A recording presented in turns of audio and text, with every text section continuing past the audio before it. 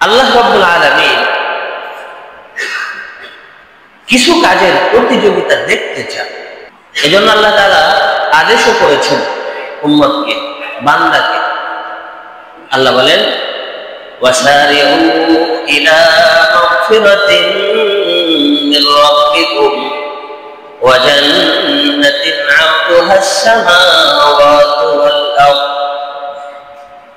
তোমরা সারিউ ইলা মাগফিরাতিন মির রাব্বিকুম, তোমাদের রবের ক্ষমার দিকে তোমরা দৌড়াইয়া আসো।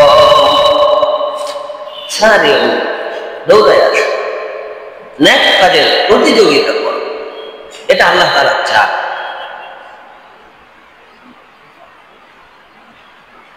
এজন্য আল্লাহ তাআলা কোরআনে হাকিমের জায়গায় জায়গায় এই ব্যাপারে উৎসাহিত করছেন যে তোমরা নেক কাজের প্রতিযোগিতা করো। আল্লাহ তাআলা সূরা মুতাফফিফিনের ভিতরে বলেন, ওয়া ফি যালিকা ফালইয়াতানাফাসিল মুতানাফিসুন। আর এই ব্যাপারে যারা প্রতিযোগিতা করার, তারা যেন প্রতিযোগিতা করে। ওয়া ফি যালিকা ফালইয়াতানাফাসিল মুতানাফিসুন, এ বিষয়ে প্রতিযোগিতাকারীরা যেন প্রতিযোগিতা করে। অন্য আয়াতে আল্লাহ রাব্বুল আলামিন বলেন, ওয়া ইউসারিউনা ফিল খায়রাত। সাহাবায়ে কেরামের বৈশিষ্ট্য হলো কল্যাণকর কাজের ব্যাপারে তারা প্রতিযোগিতা করে। ওয়া উলাইকা মিনাস সালিহিন,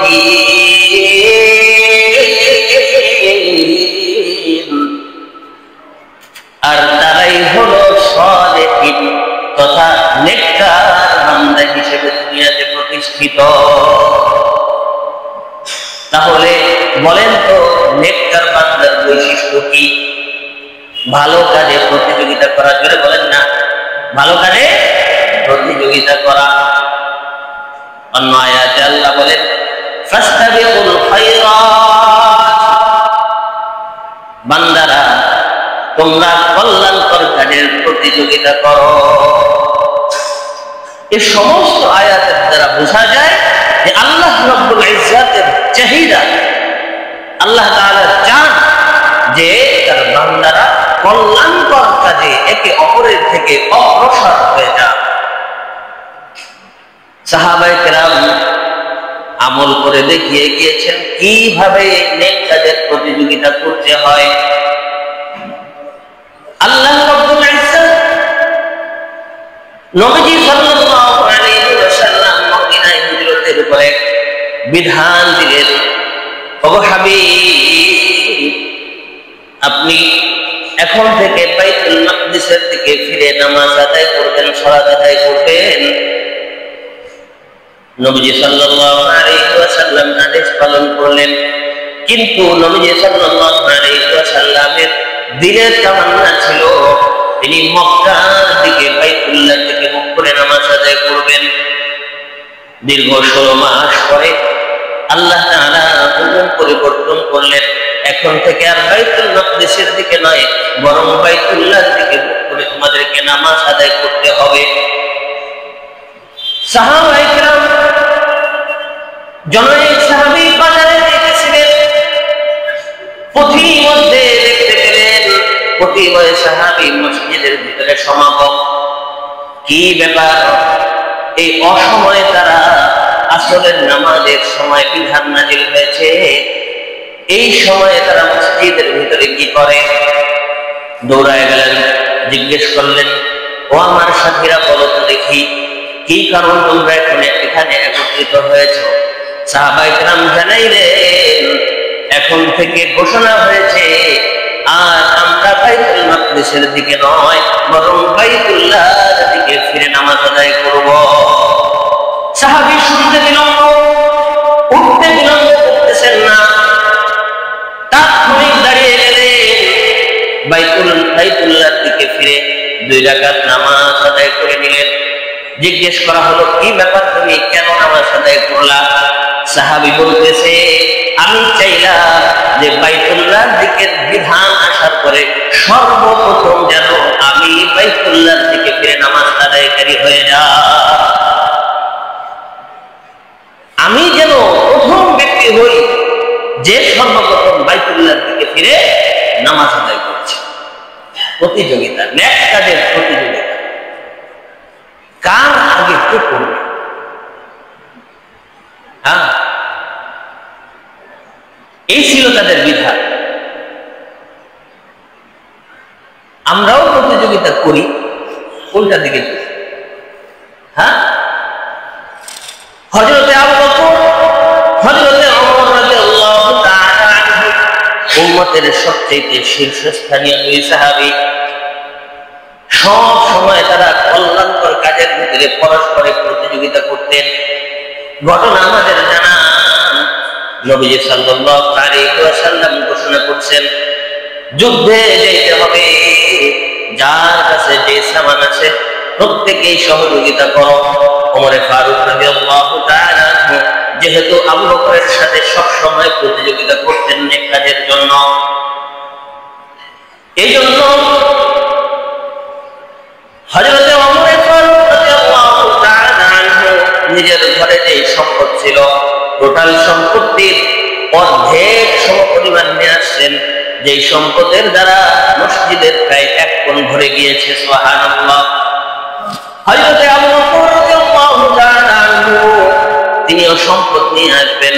ওমর ফারুক মনে মনে বড় আনন্দিত, বড় খুশি, আজকের দিনে আমার উপরে আবু বকর রাদিয়াল্লাহু আনহু চাইতে পারবেন না। সারা জীবন আমি চেষ্টা করেছি আবু বকরকে আগে সালাম দেওয়ার জন্য, কোনোদিন পারি নাই। নেক কাজের জীবনে বহু প্রতিযোগিতা করছি, পারি নাই। আজকে হয়তো পেরে যাব। আবু বকর রাদিয়াল্লাহু তাআলা ছোট্ট একটা টুকরি নিয়ে আসছেন। নবীজি সাল্লাল্লাহু আলাইহি ওয়াসাল্লাম ওমর ফারুককে জিজ্ঞেস করলেন, ওমর রে, বলো দেখি তুমি কি পরিমাণ সম্পদ এনেছো?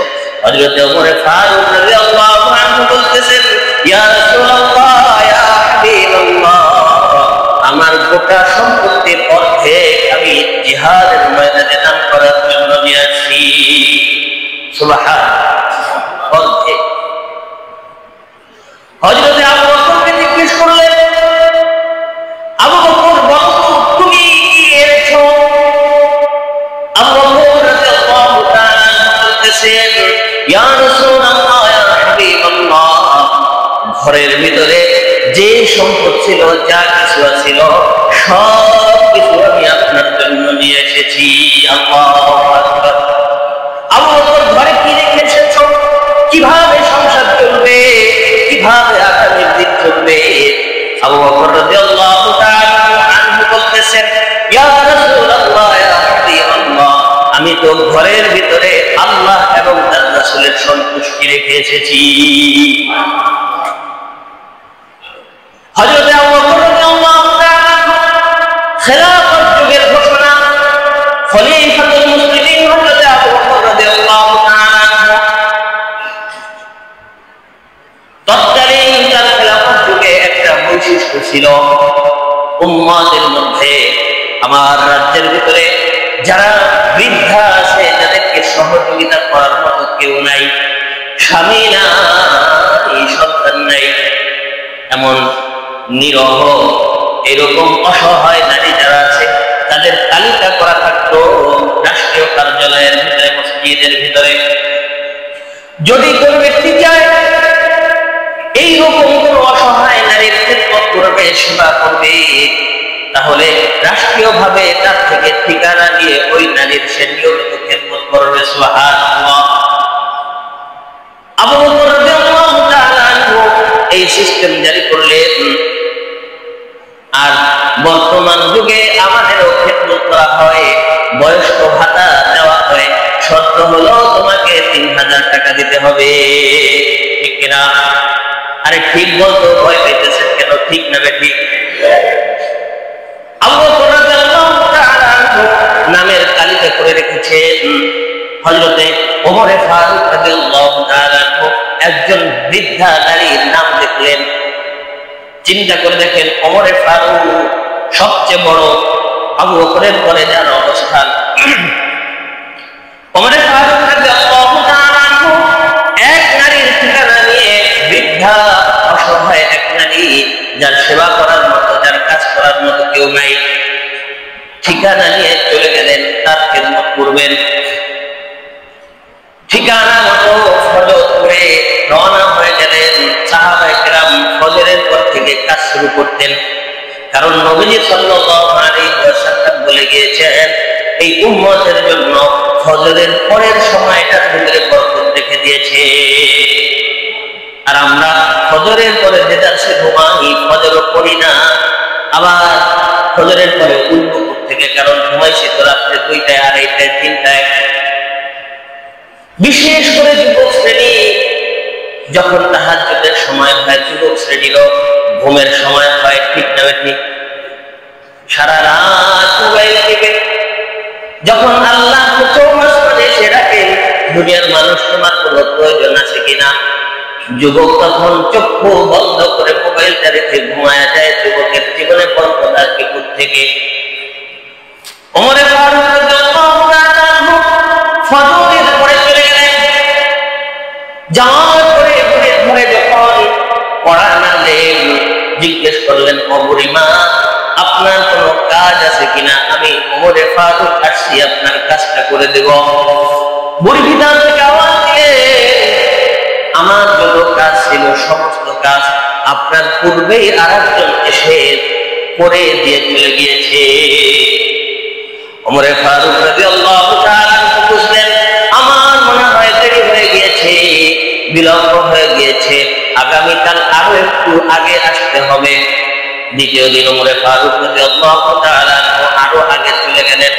যাওয়ার পরে বুড়ি একই কথা বলতেছেন যে তোমার আগে তো আরেকজন তোমার সমস্ত কাজগুলো সুন্দরভাবে করে দিয়ে চলে গিয়েছেন, আমার আর কোনো কাজের দরকার নেই। ওমরে ফারুক রাদিয়াল্লাহু তাআলা বুঝতে পারলেন আমি যে সময় এসেছি এর আগে যদি কেউ আসতে হয় তাহলে সে অবশ্যই তাহাজ্জুদের সময় এসেছে, কারণ আমি তো ফজর পড়ে সাথে সাথে চলে আসছি, মধ্যবর্তী শুধুমাত্র ফজরের নামাজ ছিল বাকি। ওমরে ফারুক রাদিয়াল্লাহু তাআলা পরবর্তী দিন তাহাজ্জুদের সময় গিয়ে উপস্থিত।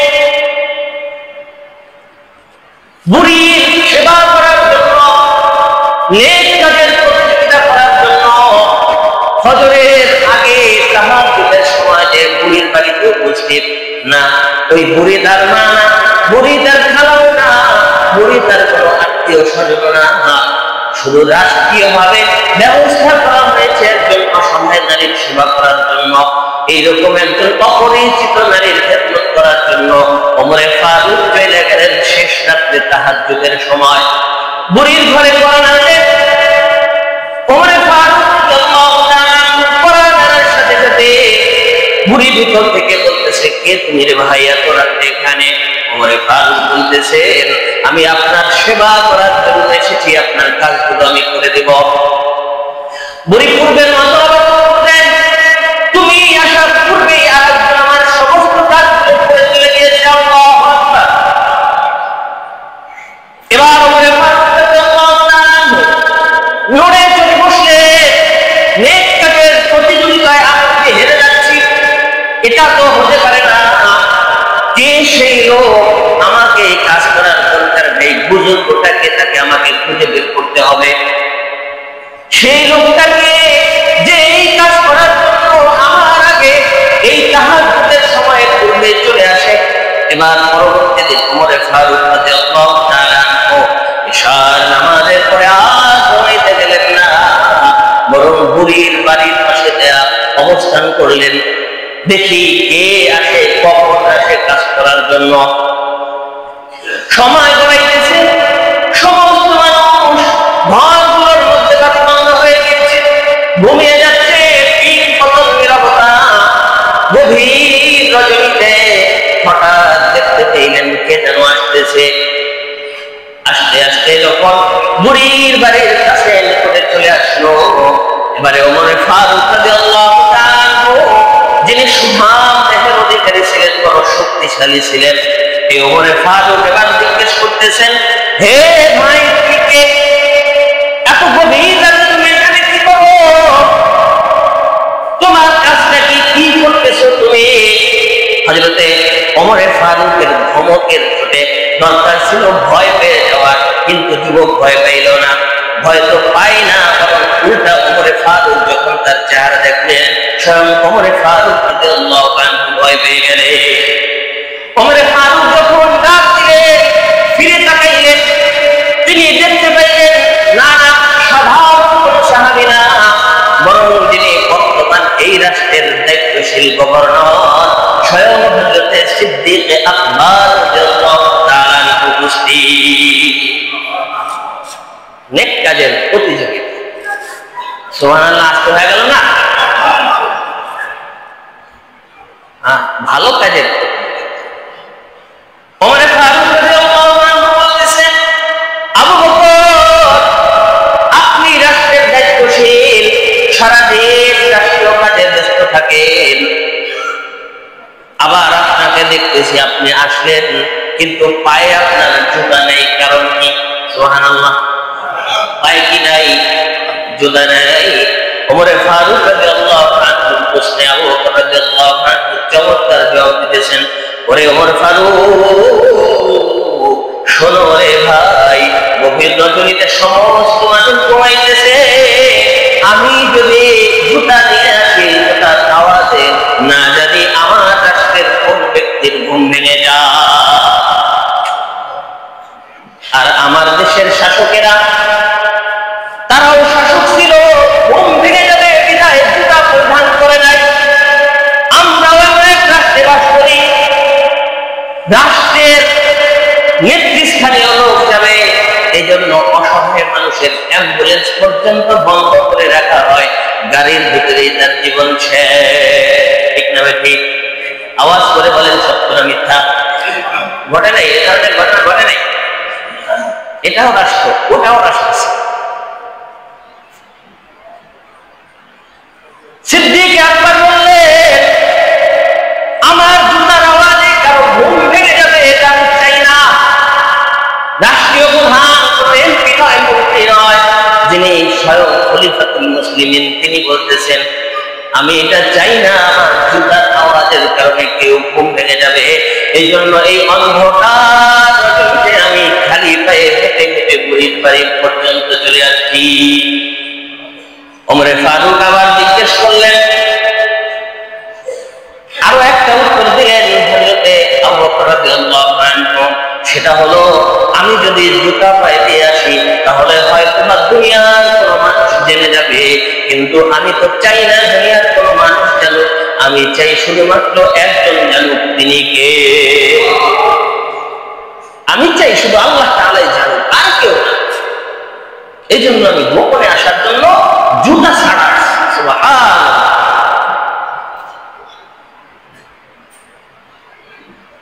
ওমরে ফারুক রাদিয়াল্লাহু আনহু জিজ্ঞেস করলেন, সারাদিন এত পরিশ্রম করার পরে আপনাকে কেন আসতে হবে? আবু বকর রাদিয়াল্লাহু তাআলা বলতেছেন, ওরে ওমর,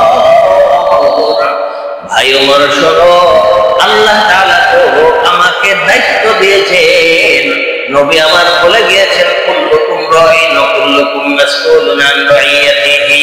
তুমি যেহেতু শাসকের চেয়ারে বসেছ, অতএব তোমার এই রাষ্ট্রের ভিতরে কে সুখে আছে কে দুঃখে আছে এটা সম্পর্কে তোমাকে জিজ্ঞেস করা হবে। এই ছিল তাদের নেক কাজের প্রতিযোগিতা। আমরাও প্রতিযোগিতা করি কোন বিষয়ে? মসজিদে দান করতে হবে, যে যত পিছায় থাকতে পারি, ইমামের খানা খাওয়াইতে হবে, না না আমি রাজি না, বড় কষ্ট ওই কাজ আমি করতে পারবো না। মাদ্রাসায় দান করতে হবে, এটার ভিতরে আমি নাই। রাস্তা নষ্ট হয়ে গিয়েছে, কিছু টাকা দাও, রাস্তাটা ঠিক করি, না আমি এটা করতে পারবো না। অমুক জায়গায় গান হবে, সুন্দরী নারী আসবে, লেখাও, কত লেখাই না লেখো, আমার নামে ৫,০০০, ঠিক কিনা? মসজিদে ১০০ টাকা বেতন ধরা হয়েছে, আগে ছিল ৫০ টাকা, কে করলো ১০০ টাকা? অধিকারটা গত মাসে ডিল ছিল 300 টাকা, এই মাস থেকে 500 টাকা দিতে হবে, কোনো সমস্যা নেই, দিয়ে দাও। ঠিক না বেটি?